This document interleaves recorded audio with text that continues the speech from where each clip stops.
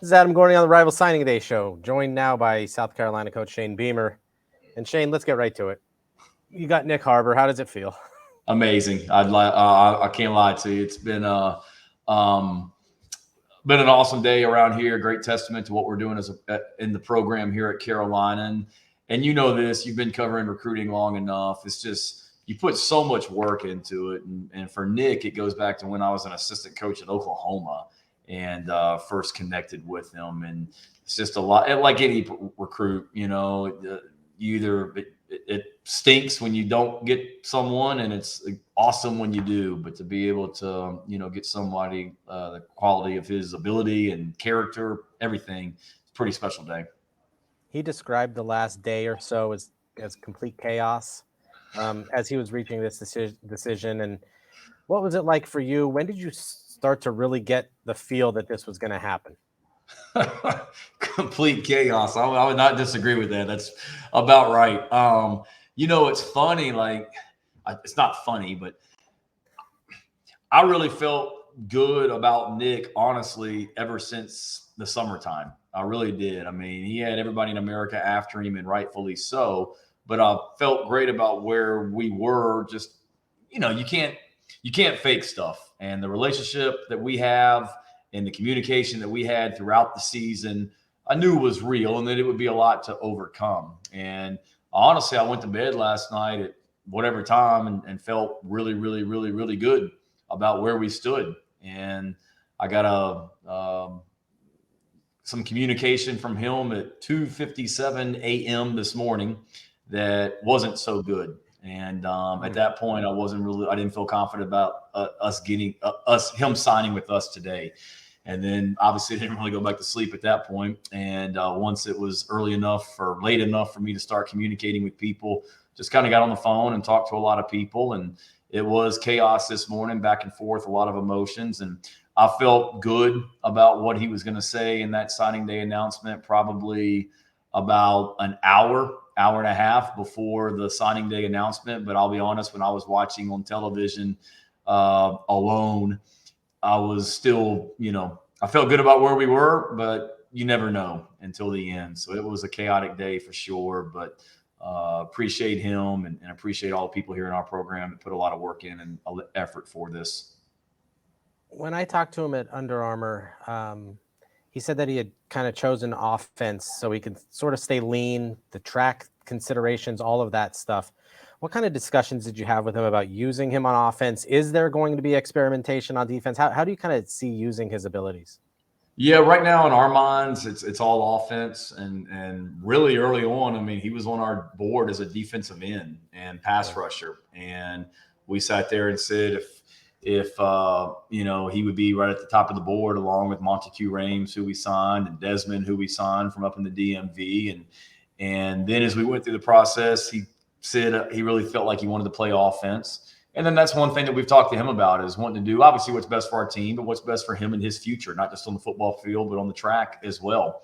And as we sit here today, it'll be offense. And, he FaceTimed me yesterday at probably lunchtime. I was at a luncheon over in Macon, Georgia, with a bunch of other college coaches and high school coaches, and walked outside to take the call. And that's the one thing he wanted to call and talk about was, his position and how we were going to utilize him. But right now it's on offense and a little bit more out in space than maybe a conventional tight end would do. I saw you at your other media event today, and you gave Curtis Fry a hug. Is that teamwork makes the dream work? I mean, is that really just what it's all about? It really is, and it's very real here. I've been a part of a lot of programs where maybe the football coach doesn't have a great relationship with the track coach or the baseball coach, or basketball doesn't like baseball, or whatever it may be. I mean, I truly want the University of South Carolina athletics to be successful, and Coach Fry and Kevin Brown on his staff were awesome throughout this process, and he developed a good relationship with Nick. And I said it in the press conference today, Nicholas Harbor and his family weren't going to come to South Carolina if we didn't have a quality football program, academics, and track program. And we check all the boxes on that, and credit Coach Fry for, working with us. And he was instrumental, and excited to see Nick on the football field, but also excited to see him running in track meets for us also. Let's talk about some other guys because he's definitely loaded up elsewhere. D-line was absolutely one of those spots, and local guys too, winning in the state. Rames, McLeod. What do you think of those guys and just keeping them home? Yeah, huge. I've said it before, and there's no doubt when we had the success that we had when I was here before as an assistant coach, we did it with guys in South Carolina, and we're not going to get them all. And we did it when I was here before. We lost players to surrounding schools, but we've got to get our share, and we didn't in that. In last year's class, the class of 2022, we didn't beat Clemson on any player in state. Now we got some fantastic players last year, guys like Nick Eamon-Wari and DQ Smith, who ended up starting as true freshmen for us and being freshman All-American, but we didn't win the head-to-head battles in state with Clemson and Georgia and those guys. This year we did.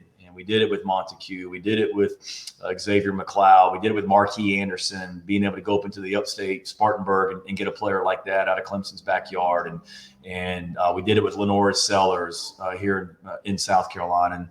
And then we're off to a great start as well in the class of 2024. So we've got to do a great job of keeping the best players in South Carolina here. We're doing that, and we'll continue to.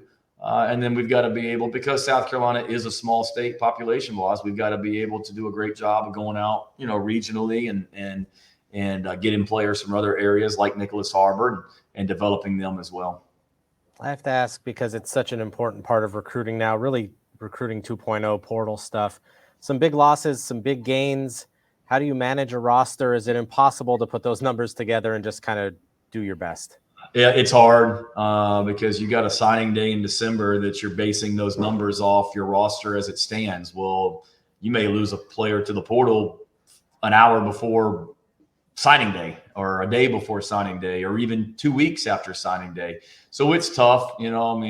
People think that the season's busy and then after the season, it kind of slows down. And it's the complete opposite. You're busier and it's more chaotic once the season ends, really up until today, just trying to manage a roster because everything's constantly in flux. But we lost some players for whatever reason. They decided that they felt like they had a better situation elsewhere. Wish them well, and we've got a fantastic group of guys that didn't leave, and a fantastic group of players that have joined the program since then as well. High school signees and the transfer portal as well. And we just signed what I think is the highest ranked recruiting class we've had here in 10 years, over 10 years. And right now our 2024 class is off to an even better start as well. So we're only getting better here and getting stronger and working really, really hard. And we've got something special going, and that's evident by what we've done today and what we're on track to do next year as well. All right. That is South Carolina coach Shane Beamer. Shane, congrats on Nick Harbor. Go enjoy it. You bet. Thank you so much.